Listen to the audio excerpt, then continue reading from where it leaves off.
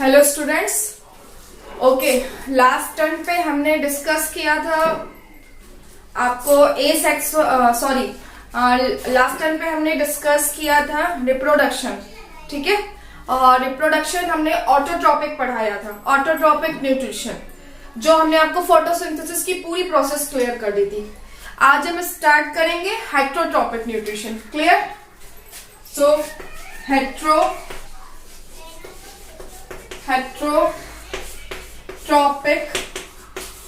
Nutrition.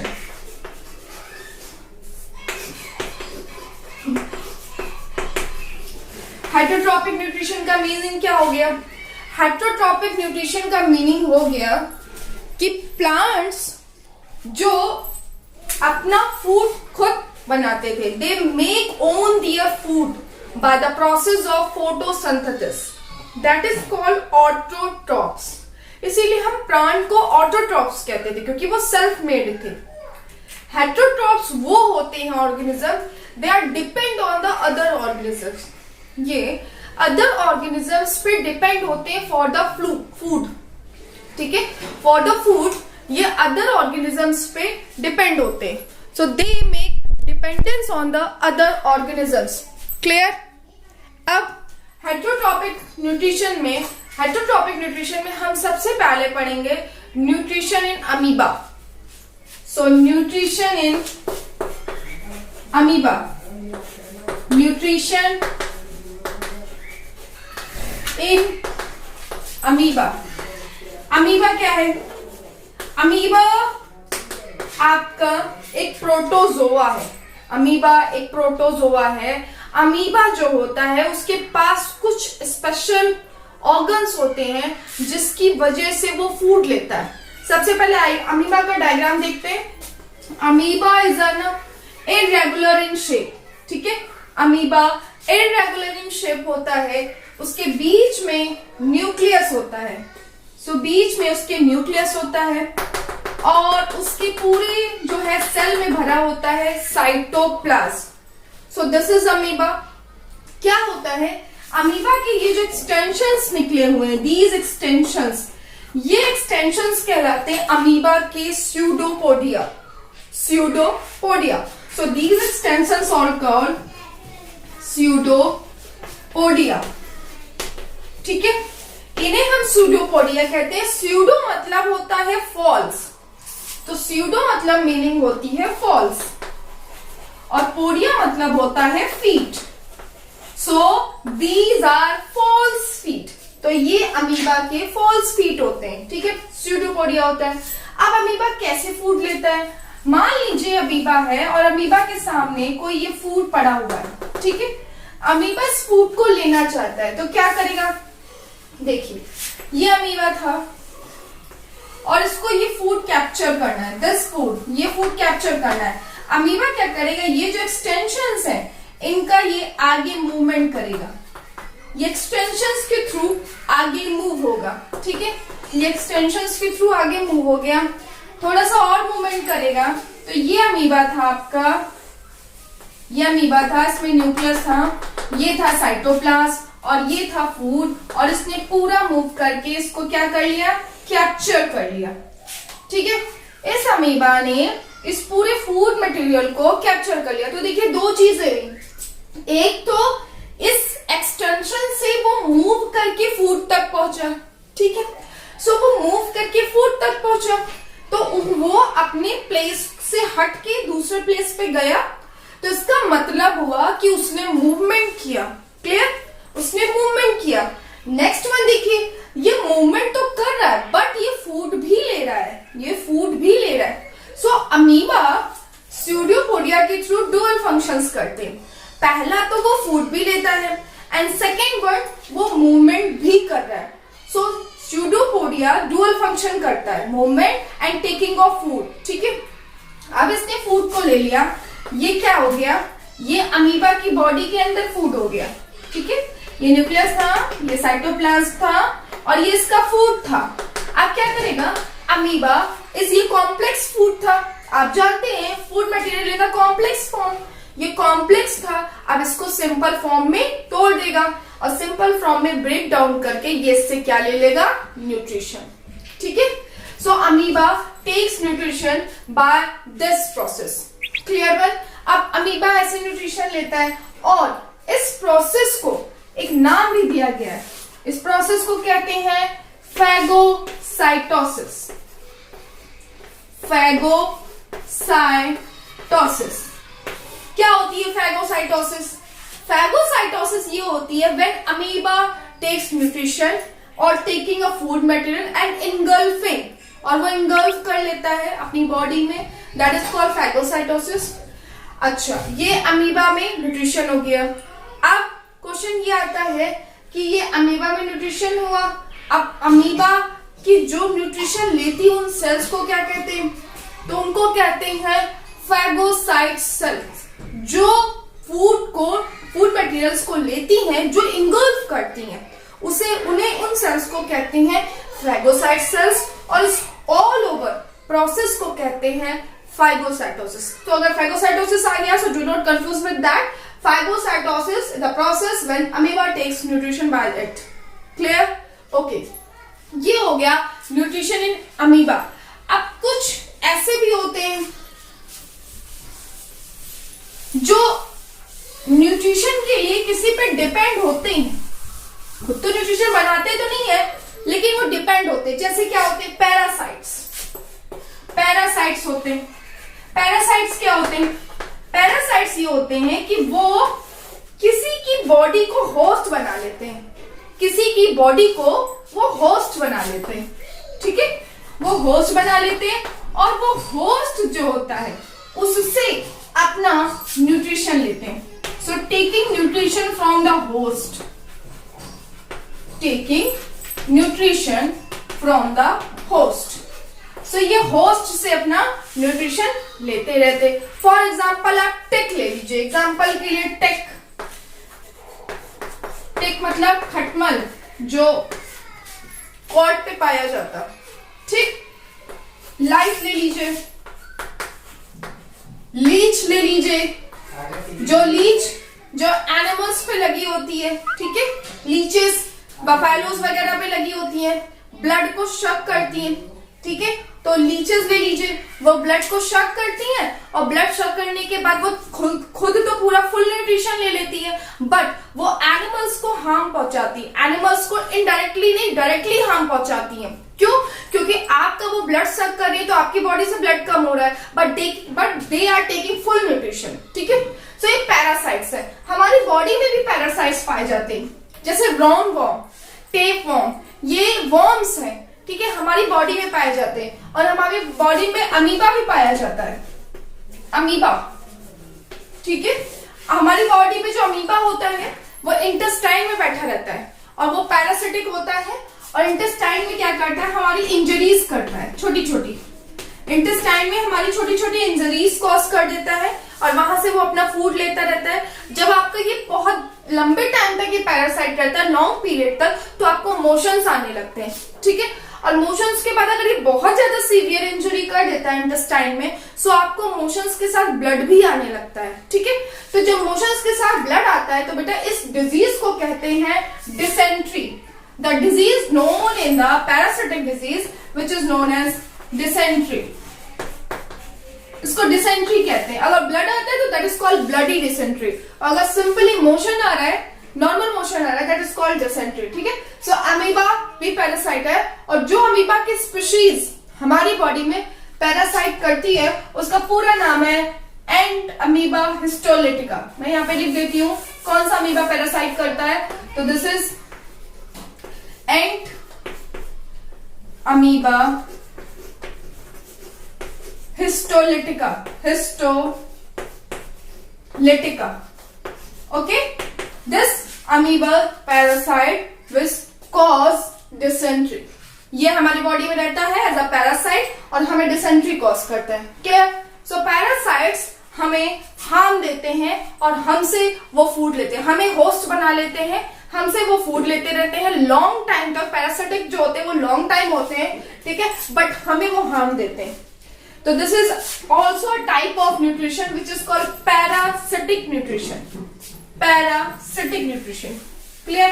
एक और nutrition होता है, वो भी बता देते हैं हम आपको, सिम्बियोसिस। सिम्बियोसिस क्या होता है? सिम्बियोसिस ये होता है जब हम म्यूचुअल रिलेशनशिप में होते हैं। म्यूचुअल रिलेशनशिप में मतलब हम अगर आपसे फूड ले रहे हैं, we just take food and we just take food, after that हम फूड ले रहे हैं, हम अगर आपसे फूड ले रहे हैं तो हम आपको कुछ बेनिफिट भी दे रहे हैं, मतलब हम आपको कोई हार्म नहीं दे रहे। आपने पैरासाइट में क्या देखा कि वो होस्ट सेल को हार्म देता था, लेकिन सिम्बियोसिस में अगर वी जस्ट टेकिंग फूड, अगर हम फूड ले रहे हैं तो हम आपको बेनिफिट देंगे। तो सिम्बियोसिस जो होती है एक तरह की गिव एंड टेक रिलेशनशिप होती है। गिव एंड टेक रिलेशनशिप, ये गिव एंड टेक रिलेशनशिप होती है। अगर फूड ले रहे हैं तो आपको कुछ बेनिफिट भी देंगे। और सिम्बियोसिस का सबसे बेस्ट एग्जांपल है लेग्यूम्स। लेग्यूम्स जो होता है, लेग्यूम्स की रूट्स में बैक्टीरिया पाया जाता है, ठीक है। और वो बैक्टीरिया जो होता है वो प्लांट में रूट्स में रह के, पहली बात तो वो आपको देता है, रूट्स में रह के वो आपसे न्यूट्रिशन लेता है रूट्स से। और बैक्टीरिया रूट से न्यूट्रिशन तो लेता है, रूट नॉट्स में पाया जाता है बेटा। रूट नॉट्स यानी जो रूट में छोटी छोटी गांठ होती है वहां पे ये पाया जाएगा, ठीक है। वहां से न्यूट्रिशन लेगा और न्यूट्रिशन लेने के बाद आपके प्लांट को वो देता है नाइट्रोजन।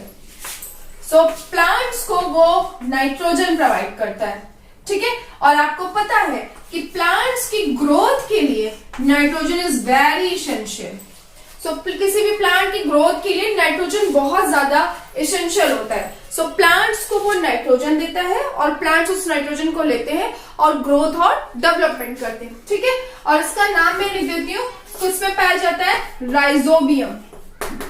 राइजोबियम, ये राइजोबियम में पाया जाता है, ठीक है। लेग्यूम्स जो हो गए, ये राइजोबियम स्पीसीज है, उसकी रूट नॉट्स में बैक्टीरिया पाया जाता है। तो देखिए ना, ये फूड भी ले रहा है और प्लस आपको क्या दे रहा है, बेनिफिट भी।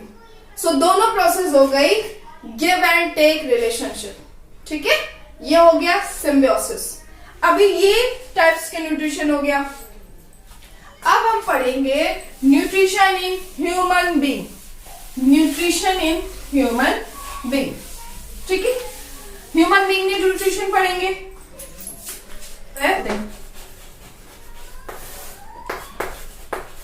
ह्यूमन बीइंग्स होलोजोइक होते हैं। होलोजोइक न्यूट्रिशन लेते हैं। होलोजोइक क्या होता है? होलोजोइक न्यूट्रिशन वो कहते हैं जब कोई भी ऑर्गेनिज्म के पास न्यूट्रिशन लेने के लिए यानी इंजेक्शन लेने के लिए कोई स्पेशल ऑर्गन होता है, वो स्पेशल ऑर्गन से ही न्यूट्रिशन लेता है, पूरी बॉडी से नहीं लेता है, ठीक है। सो जब organisms have special organ for taking nutrition, organisms have special organs for taking nutrition, वो जब स्पेशल ऑर्गन्स के थ्रू ही न्यूट्रिशन लेते हैं ना, तो वो कहलाता है आपका होलोजोइक न्यूट्रिशन। क्लियर वन, ठीक है। अब क्या हो गया, ह्यूमंस हमारा होलोजोइक है, अमीबा होलोजोइक है। आप लोग बताइएगा मुझे कमेंट करके कि अमीबा जो है वो होलोजोइक में आएगा या नहीं आएगा, ठीक है। अब ह्यूमन में न्यूट्रिशन पढ़ते हैं, स्टार्ट करते हैं। ह्यूमन में मान लीजिए हमने माउथ से स्टार्ट किया, ठीक है। So first one we started from the mouth. हमने माउथ से स्टार्ट किया। माउथ में क्या है, माउथ में आपके होती है स्लाइवा, ठीक है। स्लाइवा होती है, प्लस आपने मान लीजिए फर्स्ट बाइट ली, तो सबसे पहले क्या होगा कि आपके माउथ में टीथ है, ठीक है। तो टीथ क्या करेंगे, ग्राइंड करेंगे फूड को, वो ग्राइंड करेंगे, grind the food by teeth. Teeth के थ्रू क्या होगा, फूड जो होगा वो ग्राइंड हो जाएगा, ठीक है। अब क्या हुआ, तुम्हारे पास एक मस्कुलर ऑर्गन है, जिसे बोलते हैं टंग। टंग क्या करेगी, टंग से एक जो है वो रिलीज होता है एंजाइम जिसको बोलते हैं सलाइवरी एमाइलेज। सो टंग से सलाइवरी एमाइलेज एंजाइम रिलीज होगा, salivary amylase. Salivary amylase enzyme release हुआ, क्या हुआ, वो जो खाना ग्राइंड हुआ था ना उसमें मिल गया। वो क्यों मिलता है, फूड को लुब्रिकेंट बनाने के लिए। सो फूड को लुब्रिकेंट बनाने के लिए सलाइवरी एमाइलेज उसमें मिलता है, ठीक है। प्लस फूड का एक अच्छा सा स्मूथ सा पेस्ट बन जाए, इसीलिए उसमें सलाइवा मिक्स होती है। और एक चीज, आपका हाफ डाइजेशन यानी पार्शियल डाइजेशन आपका फूड माउथ में ही हो जाता है। पार्शियल फूड का डाइजेशन माउथ में हो जाता है, क्यों, क्योंकि सलाइवरी एमाइलेज जो होती है वो स्टार्च डाइजेस्ट कर देती है माउथ में पूरी कंप्लीटली। इसीलिए जब आप राइस खाते हो तो आपको वो राइस जो होता है वो वहीं पे ही, मतलब मुंह में ही आपको मीठा फील होता है, ठीक है, वो वहीं पे डाइजेस्ट हो जाता है पूरी तरह से। तो हाफ पार्शियली डाइजेशन आपका माउथ में होता है एंड पार्शियली डाइजेशन आपका होता है स्टमक में, ठीक है। सो टंग से क्या रिलीज हुआ, सलाइवरी एमाइलेज। अब क्या होगा आगे, अब हमारा जो फूड जाएगा वो कहां जाएगा, फूड पाइप में, ठीक है। सो फूड पाइप में जाता है, फूड पाइप में। फूड पाइप को क्या कहते हैं, फूड पाइप को हम वो कहते हैं ईसोफेगस, ईसोफेगस, ईसोफेगस। और एलिमेंट्री कैनाल किसे कहते हैं, एलिमेंट्री कैनाल कहते हैं पूरा माउथ से स्टार्ट होके एनस तक, from mouth to anus is called alimentary canal. और सिर्फ जहां पे फूड रहता है माउथ के बाद जहां फूड जाएगा that is called food pipe और ईसोफेगस। क्लियर। अब क्या होता है, इसमें क्या होता है, यहाँ पे ईसोफेगस में भाई खाना नीचे जा रहा है तो उसको पुश भी करना पड़ता है थोड़ा बहुत। तो जब वो फॉरवर्ड पुश होता है तो उसमें एक मूवमेंट होता है। तो यहाँ पे क्या होता है, फूड जो होता है, food push forward, food push forward, ठीक है। फूड क्या होता है, फूड, अब फूड पाइप से कहा गया ईसोफेगस में, यहाँ पे फूड जो होता है पुश होता है फॉरवर्ड, फॉरवर्ड हो गया। तो जब फूड को पुश करते हैं that is called peristaltic movement, peristaltic movement, peristaltic movement हो गया, ठीक है। पेरिस्टाल्टिक मूवमेंट हुआ, ईसोफेगस की लाइनिंग ये करती है, ठीक है।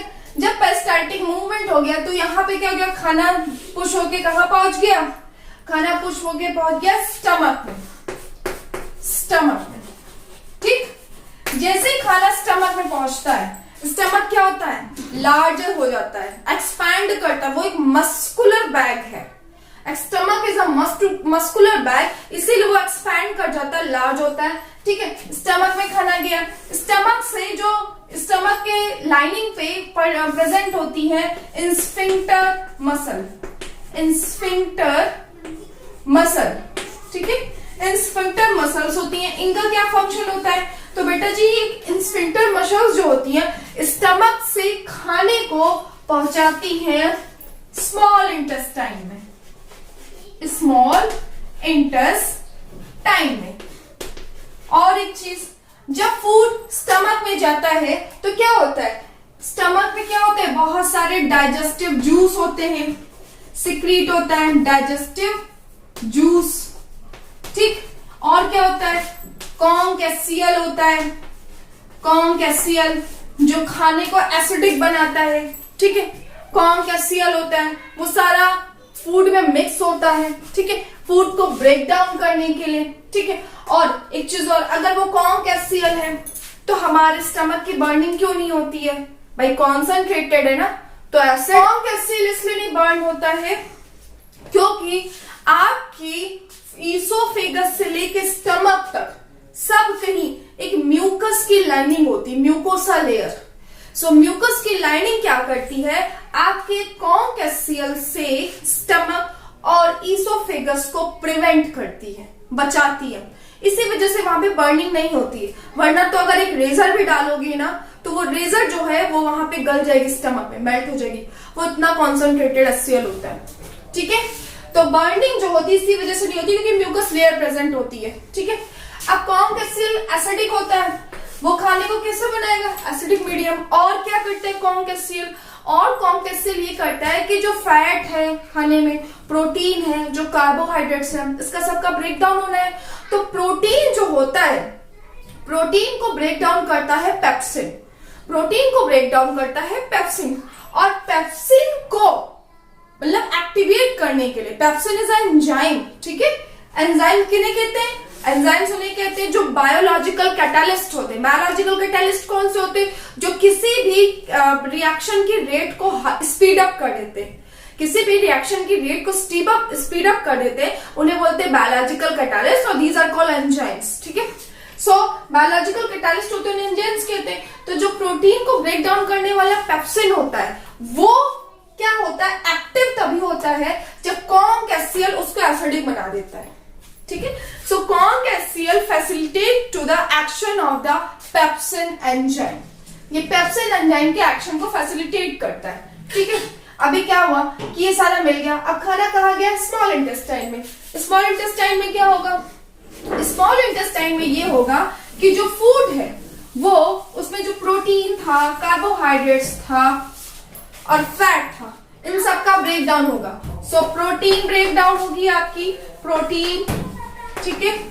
कार्बोहाइड्रेट्स आपका ब्रेक डाउन होगा, कार्बोहाइड्रेट आपका ब्रेक डाउन होगा, और फैट आपका ब्रेक डाउन होगा, ठीक है। प्रोटीन जो होती है वो किसमें ब्रेक डाउन होती है, अमाइनो एसिड्स में। सो प्रोटीन टूट के अमाइनो एसिड बनाती है, ठीक है। कार्बोहाइड्रेट किसमें ब्रेक डाउन होता है, ग्लूकोज में। सो कार्बोहाइड्रेट टूट के ग्लूकोज बनाता है। और फैट्स किसमें टूटता है, फैटी एसिड और glycerol, fatty acid and glycerol, ठीक है। ये सारा ब्रेक डाउन हो गया, ठीक है। अब क्या हुआ, प्रोटीन को कौन तोड़ता है, तो प्रोटीन को जो एंजाइम तोड़ता है उसका नाम है पेप्सिन, यहां पे लिख देती हूं पेप्सिन। कार्बोहाइड्रेट्स को कौन टूटता है, तो कार्बोहाइड्रेट्स को तोड़ता है लाइपेज। और फैट्स कैसे टूटते हैं, तो फैट्स के बहुत बड़े बिगर ग्लोब्यूल्स होते हैं, ठीक है। फैट्स के क्या होते हैं, बिगर ग्लोब्यूल्स होते हैं। और ये बिगर जो ग्लोब्यूल्स होते हैं, फैट्स के बिगर ग्लोब्यूल्स जो होते हैं, यानी लार्जर ग्लोब्यूल्स, ये ब्रेक डाउन होते हैं स्मॉलर में, ठीक है। ये स्मॉल में ब्रेक डाउन होते हैं, and that process is called emulsification. इसको कहते हैं प्रोसेस को इमल्सिफिकेशन, इमल्सिफिकेशन, ठीक है। इसे बोलेंगे इमल्सिफिकेशन। सो प्रोटीन टूट गया, कार्बोहाइड्रेट टूट गया, फैट्स टूट गया। अब पैंक्रियाज होता है, वहां से पैंक्रियाटिक जूस रिलीज होता है, ठीक है। पैंक्रियाटिक जूस में पेप्सिन होता है, ठीक है। सो वो आगे जाके फंक्शन करता है, वो सारे जो भी जितने भी ब्रेकिंग डाउन है उसके लिए। तो जितना भी कॉम्प्लेक्स फूड होता है, जितना भी कॉम्प्लेक्स फूड होता है, वो by the action of enzymes जो होता है वो सिंपल में ब्रेक डाउन होता है, ठीक है। ये स्मॉल इंटेस्टाइन में होता है। स्मॉल इंटेस्टाइन होती कैसे है, तो वो लार्जर होती है, यानी कि लॉन्ग होती है। स्मॉल इंटेस्टाइन लॉन्ग होती है, लार्ज इंटेस्टाइन शॉर्ट होती है, ठीक है। और लार्ज इंटेस्टाइन वाइडर होती है, स्मॉल इंटेस्टाइन नैरो होती है। तो लॉन्ग होने की वजह से बहुत ही कॉइल्ड और कॉम्पैक्ट फॉर्म में किसी तरह स्टमक में आके अरेंज रहती है, ठीक है। अब स्मॉल इंटेस्टाइन में भी क्या होता है, जब ये फूड अगर ब्रेक डाउन हो गया तो अब इसका न्यूट्रिशन होगा। तो न्यूट्रिशन क्या होता है, तो यहाँ पे स्मॉल इंटेस्टाइन की लाइनिंग पे फिंगर लाइक प्रोजेक्शंस होते हैं। स्मॉल इंटेस्टाइन की लाइनिंग पे फिंगर लाइक प्रोजेक्शन होते हैं, फिंगर लाइक प्रोजेक्शन, उन्हें कहते हैं villi, that is known as villi. Villi क्या होते हैं, दो काम विलीज करते हैं। एक तो सरफेस एरिया प्रोवाइड करते हैं, भाई फूड के जाने के लिए एरिया चाहिए ना, so they provide the surface area. And third and the second one, और सेकेंड वन क्या करते हैं कि विलीज जो होते हैं ये ब्लड सेल्स होती है, लिटरली ब्लड सेल्स होती हैं। इनमें क्या होता है, ये जो फूड है ना, ये ब्लड में यहां से एब्जॉर्ब हो जाता है, और एब्जॉर्ब होने के बाद आपकी बॉडी के ईच एंड एवरी सेल में पहुंच जाता है। ठीक है, तो ब्रेकिंग डाउन के बाद ये सारा फूड ब्लड में मिक्स हो जाता है। अब क्या हुआ, स्मॉल इंटेस्टाइन से खाना कहाँ जाएगा, लार्ज इंटेस्टाइन में। ठीक है, सो स्मॉल इंटेस्टाइन से फूड जाता है आपके लार्ज इंटेस्टाइन में। अब ये फूड जाएगा आपके लार्ज इंटेस्टाइन में। लार्ज इंटेस्टाइन क्या होती है, लार्ज इंटेस्टाइन में वो फूड जाता है जो एब्जॉर्ब्ड नहीं होता है। ठीक है, वो फूड रिमूव करने के लिए वहां जाता है। तो अनएब्जॉर्ब्ड फूड जो होता है वो जाता है आपके लार्ज इंटेस्टाइन में। ठीक है, और वहां पे प्रेजेंट होती हैं आपके एनस पोर्शन पे स्फिंक्टर मसल्स। तो ये वेस्ट फॉर्म में कलेक्ट हो जाता है, वेस्ट फॉर्म में कलेक्ट हो गया, और वेस्ट फॉर्म में कलेक्ट होने के बाद ये एनस के through with the support of sphincter muscles, sphincter muscles जो होती है वो हेल्प करती है रिमूव करने के लिए फूड को। ठीक है, तो एनस के थ्रू वो फूड आपकी बॉडी से निकल जाते हैं। ठीक है, ये फूड आपकी बॉडी से निकल गया। अब ये होगी पूरी ह्यूमन डाइजेशन की प्रोसेस। अभी क्वेश्चन एक पूछा जाता है कि हमारे यहाँ जो हर्बीवोर्स हैं उनकी इंटेस्टाइन बड़ी होती है, लॉन्गर, और जो कार्निवोर्स हैं उनकी इंटेस्टाइन शॉर्ट होती है। तो हर्बीवोर्स की इंटेस्टाइन यानी जो जितने वेजिटेरियंस हैं उनकी इंटेस्टाइन इसलिए बड़ी होती है क्योंकि वो सेलुलोज डाइजेस्ट करते हैं। क्योंकि जितना भी ग्रीन है, ग्रास है, ग्रीन वेजिटेबल्स है, इनमें सेलुलोज पाया जाता है, और सेलुलोज डाइजेस्ट करना कॉम्प्लिकेटेड होता है। ठीक है, सो सेलुलोज डाइजेस्ट करने की वजह से उनमें लॉन्ग इंटेस्टाइन पाई जाती है। हर्बीवोर्स की बात हो गई। कार्निवोर्स क्या करते हैं, वो मीट खाते हैं, तो मीट जो होता है वो इजीली डाइजेस्ट हो जाता है, इसीलिए उनके में इंटेस्टाइन शॉर्ट पाई जाती है। This is the question in the most of the sample papers. ठीक है, and also in the NCERT. ठीक है, सो ये क्वेश्चन का आंसर क्लियर कर लीजिएगा। बाकी this is all about the human nutrition. अगर इसमें कुछ भी कंफ्यूजन होती है तो आप लोग मुझे कमेंट कर दीजिएगा। ठीक है, उसको फिर मैं आंसर कर दूंगी। एनीवन, अभी किसी को कोई प्रॉब्लम? ओके, नहीं है मतलब। सो हेटरोट्रॉपिक न्यूट्रिशन हो गया ह्यूमन में, ऑटोट्रॉपिक हो गया न्यूट्रिशन। अब नेक्स्ट जो टॉपिक हम क्लियर करवाएंगे वो कराएंगे रेस्पिरेशन। ठीक है, सो अभी के लिए लीव करते हैं। ओके, ठीक है, थैंक यू।